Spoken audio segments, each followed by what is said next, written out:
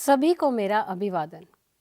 आज हम अध्याय 21 तंत्रिका नियंत्रण एवं समन्वय के अंतर्गत हम संवेदिक अभिग्रहण एवं संसाधन के बारे में जानेंगे। विद्यार्थियों, आज के अध्याय के हमारे अधिगम उद्देश्य अर्थात लर्निंग ऑब्जेक्टिव्स हैं। आपको अपने वातावरण के परिवर्तन के द्वारा उत्पन्न उद्दीपनों और उनका अभिग्रहण एवं संसाधन कैसे होता है इसके बारे में अवगत करवाना, जिसके अंतर्गत आपको नेत्र और कर्ण की संरचना से अवगत करवाना, नासिका से गंध संवेदन, जीभ से रस संवेदन, आँख से देखने हेतु संवेदन और कान से सुनने हेतु संवेदन की कार्यविधि से आपको परिचित करवाना। इसके अलावा इस सत्र के बाद आप अपने स्वरूप के बारे में जानेंगे और अपने अंदर होने वाले सभी तांत्रिक क्रियाओं की क्रियाकलापों को और उनके महत्व को समझेंगे। ये सत्र आपका अवलोकन और ड्राइंग कौशल को विकसित करने में मदद करेगा और आपको अपने दैनिक जीवन को कक्षा के ज्ञान से संबंधित करने में मदद होगी। क्या आपने कभी सोचा है कि आप अपने आसपास के परिवर्तनों को कैसे पहचान पाते हो? आप अपने नेत्रों की सहायता से कई रंगों से परिचित हो, अपने कर्ण द्वारा कई तरह की ध्वनियाँ पहचान सकते हो, अपनी जीभ से कई प्रकार के भोजन पदार्थों का स्वाद पहचान सकते हो और अपनी नासिकाओं से कई फूलों की अलग अलग तरह की सुगंध की पहचान कर सकते हो। आप ऐसा किस प्रकार कर पाते हो? वातावरण में हुई परिवर्तन की पहचान किस प्रकार होती है? ये सब संवेदी अंगों के कारण संभव है। संवेदी अंग सभी प्रकार की वातावरणीय बदलावों का पता लगाकर समुचित संदेशों को केंद्रीय तंत्रिका तंत्र को भेजते हैं, जहां सभी अंतरक्रियाएं संचालित व विश्लेषित होती हैं। इसके बाद संदेशों को मस्तिष्क के विभिन्न भागों या केंद्रों तक भेजा जाता है। इस प्रकार आप वातावरणीय बदलावों को अनुभव करते हैं। सबसे पहले हम अपनी नासिका के बारे में जानने की कोशिश करते हैं कि वो गंध के लिए कैसे संवेदी होती है और उसकी क्रियाशीलता किस प्रकार होती है। हमारी नासिका में श्लेष्म आवरण युक्त संवेदनग्राही होते हैं जो गंध का संवेदन करते हैं। इन्हें घ्राणग्राही अर्थात ऑल्फैक्टरी रिसेप्टर्स कहते हैं। इन्हें दिए गए चित्र में हरे रंग से दर्शाया गया है। ये घ्राण उपकला अर्थात ऑल्फैक्टरी एपिथेलियम से बने होते हैं।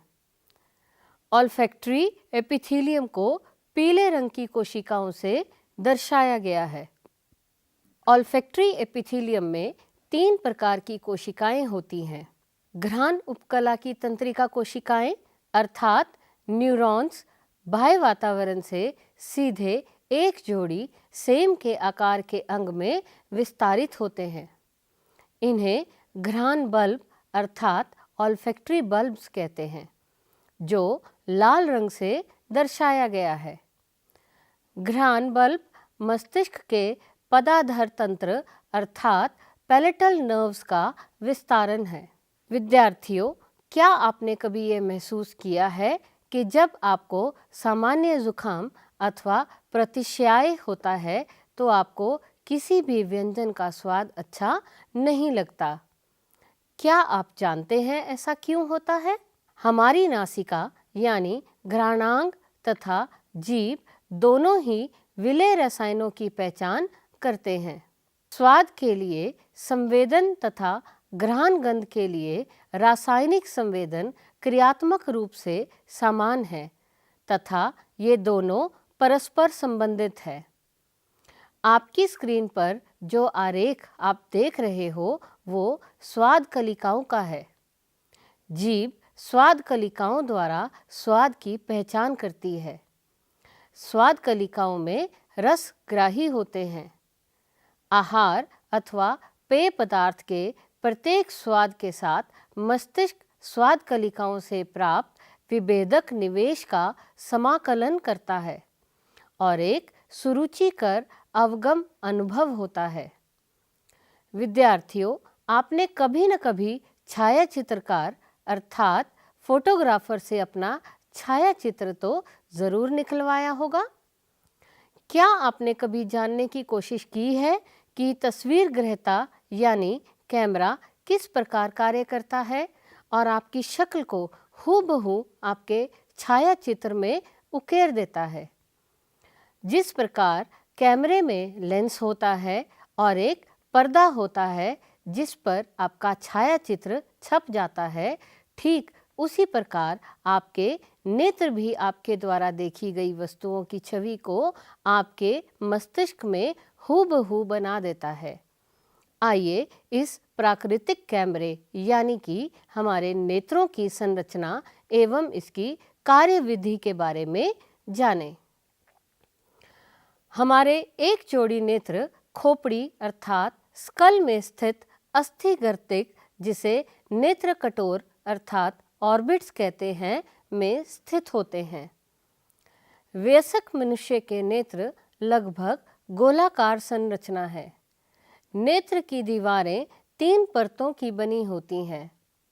बाहरी परत घने संयोजी ऊतकों की बनी होती है जिसे स्क्लेरा यानी श्वेत पटल कहते हैं। दिए गए चित्र में स्क्लेरा को नारंगी रंग से दर्शाया गया है। स्क्लेरा के अग्रभाग कार्निया कहलाता है। मध्य परत कोरॉइड अर्थात रक्त पटल होती है। इस परत में अनेक रक्त वाहिनियां होती हैं और ये हल्के नीले रंग की दिखती है। दिए गए चित्र में भी ये परत हल्के नीले रंग से दर्शाई गई है। नेत्र गोलक के पीछे 2/3 भाग पर कोरॉइड की परत पतली होती है, लेकिन ये अग्रभाग में मोटी होकर पक्षभागाएं अर्थात सीलियरी बॉडी बनाती है। पक्षभागाएं आगे की ओर निरंतरता बनाते हुए वर्णक युक्त और अपारदर्शी संरचना आइरिस बनाती है, जिसे यहाँ पर भूरे रंग से दर्शाया गया है। आइरिस आँख का रंगीन देखने योग्य भाग होता है। आपने देखा होगा कि कुछ मनुष्यों की आँखें नीली या हरी हो सकती हैं, क्योंकि आइरिस में मौजूद वर्णक मेलानिन की मात्रा कम या ना के बराबर होती है। नेत्र गोलक के भीतर पारदर्शी क्रिस्टलीय लेंस होता है जो कि तंतुओं द्वारा पक्षमापकाय से जुड़ा रहता है। लेंस के सामने आइरिस से घिरा हुआ एक छिद्र होता है जिसे प्यूपिल कहते हैं। प्यूपिल के घेरे का नियंत्रण आइरिस की पेशी तंतु करते हैं। आंतरिक परत रेटिना अर्थात दृष्टि पटल कहलाती है और ये कोशिकाओं की 3 तांत्रिकीय परतों से बनी होती हैं, अर्थात अंदर से बाहर की ओर गुच्छिका कोशिकाएं, द्विध्रुवीय कोशिकाएं और प्रकाशग्राही कोशिकाएं। प्रकाशग्राही कोशिकाएं 2 प्रकार की होती हैं, शलाका अर्थात रॉड्स और शंकु अर्थात कोन्स। इन कोशिकाओं में प्रकाश संवेदी प्रोटीन प्रकाशीय वर्णक अर्थात फोटोपिगमेंट्स होते हैं। रंग देखना और दिन की रोशनी में देखना शंकु के कार्य हैं। इसे प्रकाशानुकूली दृष्टि कहते हैं। रात में देखने का कार्य शलाका का कार्य है। इसे तिमिरानुकूलित दृष्टि अर्थात स्कोटोपिक विजन कहते हैं। स्कोटोपिक शलाकाओं में बैंगनी लाल रंग का प्रोटीन रोडोप्सिन या दृष्टि बैंगनी अर्थात विजुअल पर्पल होता है, जिसमें विटामिन ए का व्युत्पन्न होता है।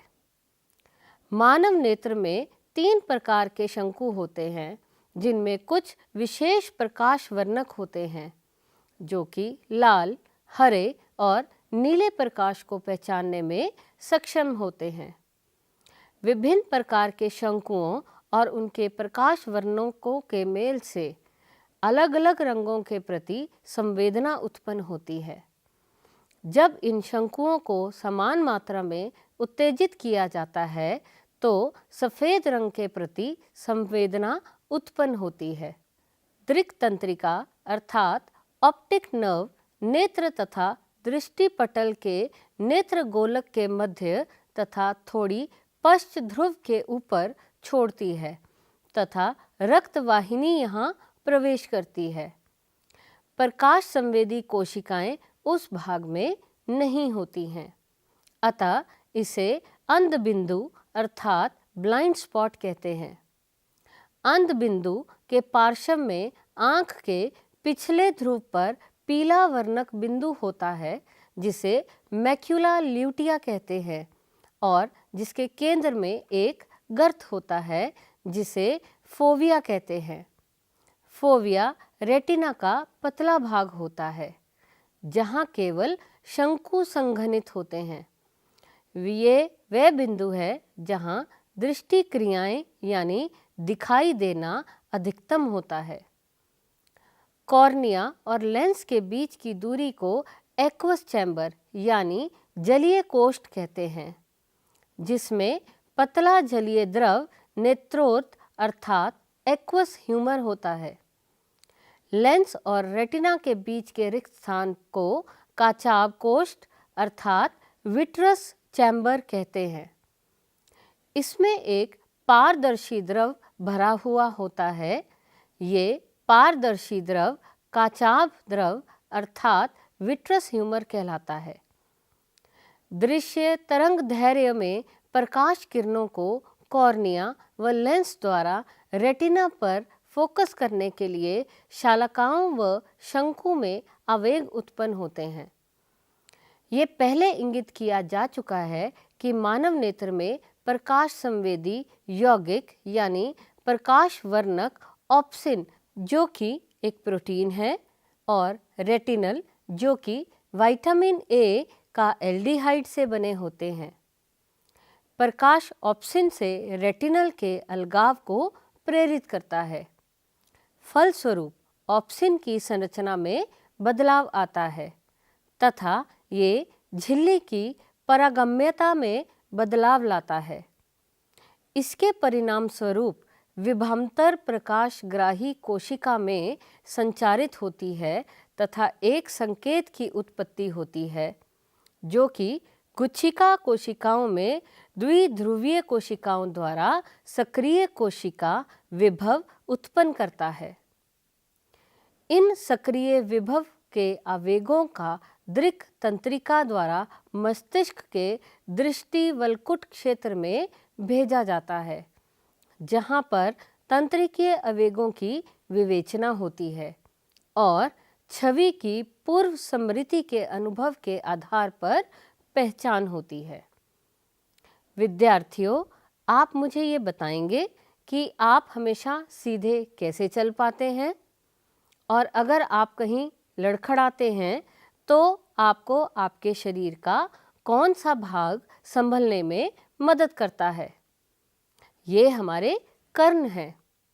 है ना हैरान करने वाली बात? कर्ण दो संवेदी क्रियाएं करते हैं, सुनना और शरीर का संतुलन बनाना। शरीर क्रिया विज्ञान की दृष्टि से कर्ण को 3 मुख्य भागों में विभक्त किया जा सकता है। पहला बाह्यकर्ण, दूसरा मध्यकर्ण और तीसरा अंतःकर्ण। बाह्यकर्ण पिन्ना या ऑरिक्यूला तथा बाह्य श्रावण गुहा का बना होता है। पिन्ना वायु में उपस्थित तरंगों को एकत्र करता है जो ध्वनि उत्पन्न करती है। बाह्य श्रवण गुहा कर्णपटल झिल्ली अर्थात टिम्पैनम, जिसे हम आम भाषा में कान का पर्दा कहते हैं, तक भीतर की ओर जाती है। पिन्ना तथा मिटस में कुछ महीन बाल और मोम स्रावित करने वाली ग्रंथियां होती हैं। कर्णपटल झिल्ली संयोजी ऊतकों की बनी होती है जो बाहरी ओर त्वचा से तथा अंदर श्लेष्मा झिल्ली से आवृत होती है। मध्यकर्ण 3 अस्थिकाओं से बना होता है जिसे मेलियस, इनकस और स्टेपिस कहते हैं। ये एक दूसरे से श्रृंखला के रूप में जुड़ी रहती हैं। मेलियस कर्णपटल झिल्ली से और स्टेपिस कोक्लिया की अंडाकार खिड़की से जुड़ी होती है। कर्ण अस्थिकाएं ध्वनि तरंगों को अंतःकरण तक पहुंचाने की क्षमता को बढ़ाती हैं। यूकेस्टियन नलिका मध्यकर्ण गुहा को फोरिंक्स से जोड़ती है। यूकेस्टियन नलिका कर्णपटल के दोनों ओर दाब को समान रखती है। द्रव से भरा अंतःकरण लेबारिंथ कहलाता है जो कि अस्थिल और झिल्लीनुमा लेबिरिंथ से बना होता है। अस्थिल लेबिरिंथ वाहिकाओं की एक श्रृंखला होती है। इन वाहिकाओं के भीतर झिल्लीनुमा लेबिरिंथ होता है जो कि परिलसिका द्रव्य से घिरा रहता है, किंतु झिल्लीनुमा लेबिरिंथ एंडोलिम्फ नामक द्रव्य से भरा रहता है। यहाँ दिए गए चित्र में आप इसे बैंगनी रंग की आकृति के रूप में देख सकते हो। लेबिरिंथ के घुमावदार भाग को कोक्लिया कहते हैं। कोक्लिया को 2 झिल्लियों द्वारा 3 कक्षों में विभक्त किया जाता है जिन्हें बेसिलर्स झिल्ली और राइजनर्स झिल्ली कहते हैं। ऊपरी कक्ष को स्केला वेस्टिब्यूली, मध्य कक्ष को स्केला मीडिया और निचले कक्ष को स्केला टिम्पेनी कहते हैं। स्केला वेस्टिब्यूली और स्केला टिम्पेनी परिलसिका द्रव से तथा स्केला मीडिया अंतरलसिका द्रव से भरा होता है। कोक्लिया के नीचे स्केला वेस्टिब्यूली अंडाकार खिड़की में समाप्त होता है, जबकि स्केला टिम्पेनी गोलाकार खिड़की में समाप्त होता है। ऑर्गन ऑफ कार्टाई आधारीय झिल्ली पर स्थित होता है जिसमें पाई जाने वाली रोम कोशिकाएं श्रवणग्राही के रूप में कार्य करती हैं। रोम कोशिकाएं ऑर्गन ऑफ कार्टाई के आंतरिक सतह पर श्रृंखला में पाई जाती हैं। रोम कोशिकाओं का आधारीय भाग अभिवाही तंत्रिका तंतु के निकट संपर्क में होता है। प्रत्येक रोम कोशिका के ऊपरी भाग से कई स्टीरियोसीलिया नामक प्रवर्ध निकलते हैं। रोम कोशिकाओं की श्रृंखला के ऊपर पतली, लचीली टेक्टोरियल झिल्ली होती है। अंतःकरण में कोक्लिया के ऊपर जटिल तंत्र वेस्टिबुलर तंत्र भी होता है। वेस्टिबुलर तंत्र 3 अर्धचंद्राकार नलिकाओं और ओटोलिथ से बना होता है। मैक्यूला लघु कोश और यूट्रिकल का संवेदी हिस्सा है। प्रत्येक अर्धचंद्राकार नलिका एक दूसरे के समकोण पर भिन्न भिन्न तल पर स्थित होती है। झिल्लीनुमा नलिकाएं अस्थिल नलिकाओं के परिलसिका द्रव में डूबी रहती हैं। नलिका का फूला हुआ आधार भाग एम्पुला, जिसमें एक उभार निकलता है जिसे क्रिस्टा एम्पुलैरिस कहते हैं। प्रत्येक क्रिस्टा में रोम कोशिकाएं होती हैं। लघु कोश और यूट्रिकल में उभारनुमा संरचना मैक्यूला होता है। क्रिस्टा व मैक्यूला वेस्टिबुलर तंत्र के एक विशिष्ट ग्राही होते हैं जो शरीर के संतुलन व सही स्थिति के लिए उत्तरदायी होते हैं। आइए देखें कि कर्ण किस प्रकार क्रिया करते हैं। बाह्य कर्ण, बाह्य कर्ण ध्वनि तरंगों को ग्रहण कर कर्णपटल तक भेजता है। ध्वनि तरंगों के प्रतिक्रिया में कर्णपटल में कंपन होता है और ये कंपन कर्ण अस्थिकाओं मेलिस, इनकस और स्टेपिस से होते हुए गोलाकार खिड़की तक पहुंचते हैं। गोलाकार खिड़की से कंपन कोक्लिया में भरे द्रव तक पहुंचते हैं। जहां वे लिम्फ में तरंगे उत्पन्न करता है। लिम्फ की तरंगे आधार कला में हलचल उत्तेजित करती हैं। आधारीय झिल्ली में गति से रोम कोशिकाएं मुड़ती हैं और टेक्टोरियल झिल्ली पर दबाव डालती हैं। फलस्वरूप संगठित अभिवाही न्यूरॉन्स में तंत्रिका आवेग उत्पन्न होते हैं। ये आवेग अभिवाही तंतुओं द्वारा श्रवण तंत्रिका से होते हुए मस्तिष्क के श्रवण वलकुट तक भेजे जाते हैं, जहां आवेगों का विश्लेषण कर ध्वनि को पहचाना जाता है। इससे पहले कि हम इस सत्र को समाप्त करें, आइए हम एक त्वरित पुनरावृत्ति करते हैं। विद्यार्थियों, आज के सत्र में आपने सीखा कि अपने वातावरण के परिवर्तन के द्वारा उत्पन्न उद्दीपनों और उसके अभिग्रहण एवं संसाधन कैसे होता है। आपने जाना कि हम किसी भी गंध को किस प्रकार महसूस कर सकते हैं और इसमें हमारी नासिका की क्या भूमिका होती है। हमने ये भी जाना कि हमारी जीभ से हमें स्वाद का पता किस प्रकार चलता है। आपने अपने नेत्र और कर्ण की संरचना के बारे में जाना। आपने ये भी जाना कि नेत्र और कर्ण किस प्रकार अपना कार्य करते हैं, जिसके कारण हम देख और सुन पाते हैं। और आपने ये भी जाना कि सिर्फ सुनने के लिए ही नहीं, अपितु हमारे शरीर का संतुलन बनाए रखने के लिए भी हमारी सहायता करते हैं। चलिए आप मेरे कुछ प्रश्नों का उत्तर दें। ऑर्गन ऑफ कॉटाई क्या है और ये किस प्रकार कार्य करते हैं? दूसरा प्रश्न, दिन के समय और रात के समय कौन सी कोशिकाएं हमें देखने में सहायता करती हैं? तीसरा प्रश्न, नेत्र और कर्ण का नामांकित चित्र बनाइए। आशा करती हूँ कि आज का सत्र आपके लिए लाभदायक रहा होगा। इसी के साथ मैं आपसे विदा लेती हूँ। नमस्कार।